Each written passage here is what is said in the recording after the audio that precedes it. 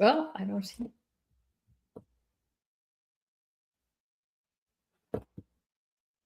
I think the live countdown is on. Katie King is in charge of turning things on and off because I am having some technical issues. So I have a little red light on my screen, which means we are live. So welcome everybody to the Home Organization Challenge. This is week number 8.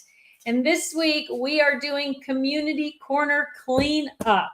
So, I just see, okay, numbers have just started reeling up on my screen. Welcome everybody, Barb and Jamie and so I have an issue with my computer today. So Katie is trying to run everything from her computer where my screen keeps blacking out. And so hopefully you guys are getting the full. Katie will pop in and tell me if you guys can't hear something or something weird is going on. But it is week number 8. We are doing Community Corner Cleanup this week. So from bookshelves to game cupboards, you're going to pick an area in your house to tidy up and really work with the people in your home who also use that space to get that organized. So, community spaces are really important, and it's really important that you're pulling in those skills that we've been talking about over the last 7 weeks and really working to get the buy-in and make sure that these areas work for everybody. And just kind of as a little reminder, because there are other people involved, there is this sort of ebb and flow of what's going on and how to get things worked out and things that work for everyone. And I think especially when we talk about things like bookshelves that are in a family room, and maybe you have bookshelves and your game cupboard's part of that or that type of thing, they end up as just kind of being dumping grounds because, well, for one reason is bookshelves are a flat surface. And for some reason, flat surfaces they're like magnets for stuff, especially if it's a shared space. So when you're looking at the space that you're going to organize this week, I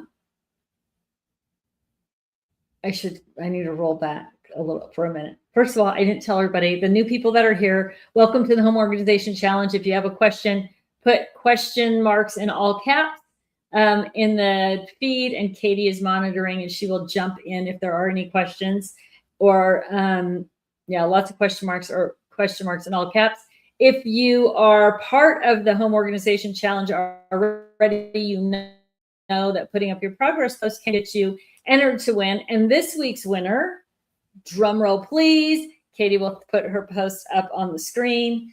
And one of the things as we talk about, there we go, Chris Reed's winning post this week. Congratulations, Chris Reed. If you're here with us, you need to email marketing@theorganizedoption.com. That's marketing@theorganizedoption.com. And Katie King will get you hooked up with your $25 gift certificate. If you don't already have an account on our website, you want to do that first because Katie's going to deposit that $25 into your account or give you a gift card that's going to work with your account. So make sure you have your account all set up as well. I do see my screen blacking out, so hopefully you guys are hearing everything that I'm saying here today. But I'm going to try and keep it short because of that. So this week you've got your week 8 worksheet. And really what we're going to do is any community zone that you want, like things like game cupboard, laundry room, anywhere like that, where everybody kind of uses that space is what we're going to jump into and organize this week. So things like linen closet, pet supplies. So if people are using the leash, dog poop bags, food, whatever you have for pets, anywhere that your family, that everyone is involved, this is what you're going to choose to work on this week. Cleaning supply closet, if you haven't already done that. Oh, shucks. I want to go back to Chris Reed's post. So one of the things about the Organized Challenge the Home Organization Challenge is that we're all kind of working on different things. So I thought it was great that we bathroom drawer was what we really talked about last week. And she said, I don't really have that space, but this is similar and completely different. So just taking the time for her to go through and clean out those bags or cases and get everything organized and then back in the drawer where it belongs. So just kind of showing, just applying those different concepts we talked about drawers, but how to apply that same concept and work through those bathroom supplies was great. So as you're working through this week, you're going to go through the same process that we've been working on with every challenge that we do. But here you want to define what actually happens here. What should in this space? So let's talk about family room, game cupboard, bookshelves, that kind of storage in a family room. What actually is happening there? What should be happening there? And what shouldn't be happening there? What doesn't belong there? And really asking yourself those questions as you work through that space. Why is this, whatever item it is, ending up here instead of where it belongs? And giving yourself that opportunity to reevaluate, okay, why does everybody's coat end up in the family room when they should be, in the launch pad or in the landing zone or whatever? And figuring out, is this a training process I need to go through with my family, or does what I think is a landing zone not work, and these items are ending up here? A lot of times when we talk about organizing a room or space, we have that idea of what it's going to be used for, and then our family uses it differently. I got an email this week from a gal who said, I'm trying to set this up, but my kids are supposed to be doing their homework on the dining room table, but they always end up doing their homework on the breakfast bar, and that's a whole different mess, and it makes it difficult for me to cook dinner. What can I do here? I need the kitchen space. And so sometimes what you have planned, this particular person, they're going to use the dining room table. Why isn't it working? Is it because at that kitchen space, they have access to snacks or pens or pencils, or it's easier to spread out, or it's close to where mom is so they can ask questions while she's cooking and doing the kitchen? So really just getting into that, why isn't it working? And maybe it's none of those things. Maybe it's just that mom needs to say, no, you're not doing your homework here. This is my cooking space. And then coming up with maybe a little carrier, I suggested to her, that has, pencils and pens and scissors, or whatever your kids might need to do their homework, and just saying, here, now you're going to the dining room table. Here's your homework bin. That's the spot that you need to do it. So we talk a lot about getting the buy-in, but it's also okay to just be the mom and say, no, we're not doing that. It's more important that I have this space to make dinner, or whatever your reasons are. So I know I talk a lot about buy-ins, but kids don't always get to choose.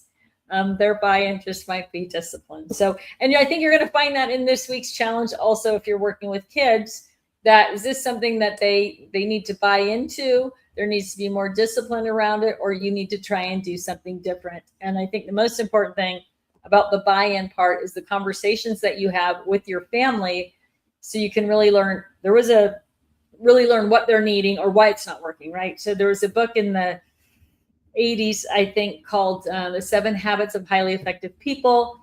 Many of you probably read it. I read it. It was probably the most impactful business book I ever read.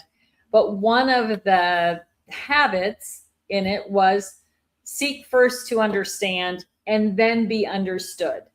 And so when I'm talking about buy-in, that's really kind of the baseline principle, is how do I understand what you need? And then once I understand that, now I need to have you understand what I need. So kind of keeping that principle in mind, those of you who maybe read that book in the 80s, pretty sure it was in the 80s when I first started in management. So that's got to be it. Anyways, very impactful, that idea. And really maybe your thought for the week should be that: think first to understand and then be understood. And it just really simplifies getting those decisions made. So as you work through this week's challenge, just going through what belongs here, what doesn't belong here, why it's here. If it doesn't belong here, is it just laziness? Do we need to rethink something? And then you've got the classic tiny task worksheet as well, that just takes you through the step-by-step of do this, do this, do this, and check it off as you move along. One of the things too, I think about that in this particular situation is maybe if it's games, bringing your game closet that you're doing, bringing your kids in to help you choose which games you're keeping, which games you're getting rid of. And this, I think, is a great, sorry, it's super smoky here.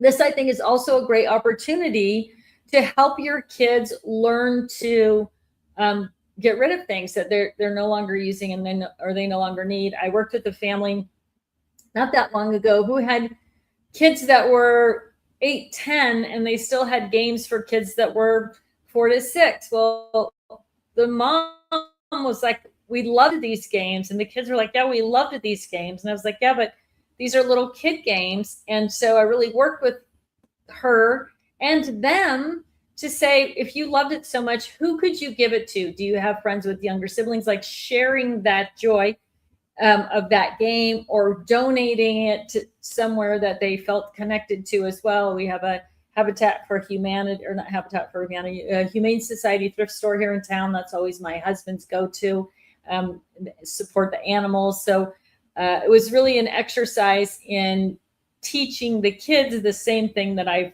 been working with you guys on in Home Organization Challenge, which is how do I let go of this thing, part of the book again, in a good way and get used to it. So if you have kids, this is a great time, little kids especially, to teach them how to let go of things, right? To teach them how to control what they have, how much they need, those types of things. If you can kind of instill that in children at a young age, when they get to be adults, they'll have those good habits already, and staying organized and keeping things tidy will be second nature to them. I say that, but of course, my kids lived with me growing up, so there was that. And my younger son, Max, was always kind of a mess, not super messy, but London's been organized since birth, kind of. Max was always a little bit messy. But now as an adult, immaculate. I mean, his home, I just went up and visited him and his fiance, and his home is immaculate. So I guess that's one other caveat. Sometimes kids are just messy, but they pick things up as you go along. All right, so that's it. That's our week this week. It's going to be super simple. Oh, we are going to go 12 weeks. We're committed to 12 weeks. Katie and I sort of set that up tonight. We will go September 1st will be our last home organization challenge of the series, but we may do a refresher, just like one Tuesday night a month might be home organization challenge night. And we'll keep all of you informed of that via social media or also on website, email, that type of thing. So that's our current plan. We're going to go 12 weeks. It's going to go through September 1st. So so for those of you who are asking for a commitment, we have made the commitment tonight. And so you will see that as we go through. So if anybody has questions, now is your time to jump in and ask. I will post the lecture notes after class tonight, but we also will have the video go up after class, but the worksheet is already on the website, as well as if you are creating your notebook, your title page for week 8 is also on the website as well. And don't forget to do your progress post or email in a progress post to Katie. All those details also on the website. All right. Any questions for me, Katie?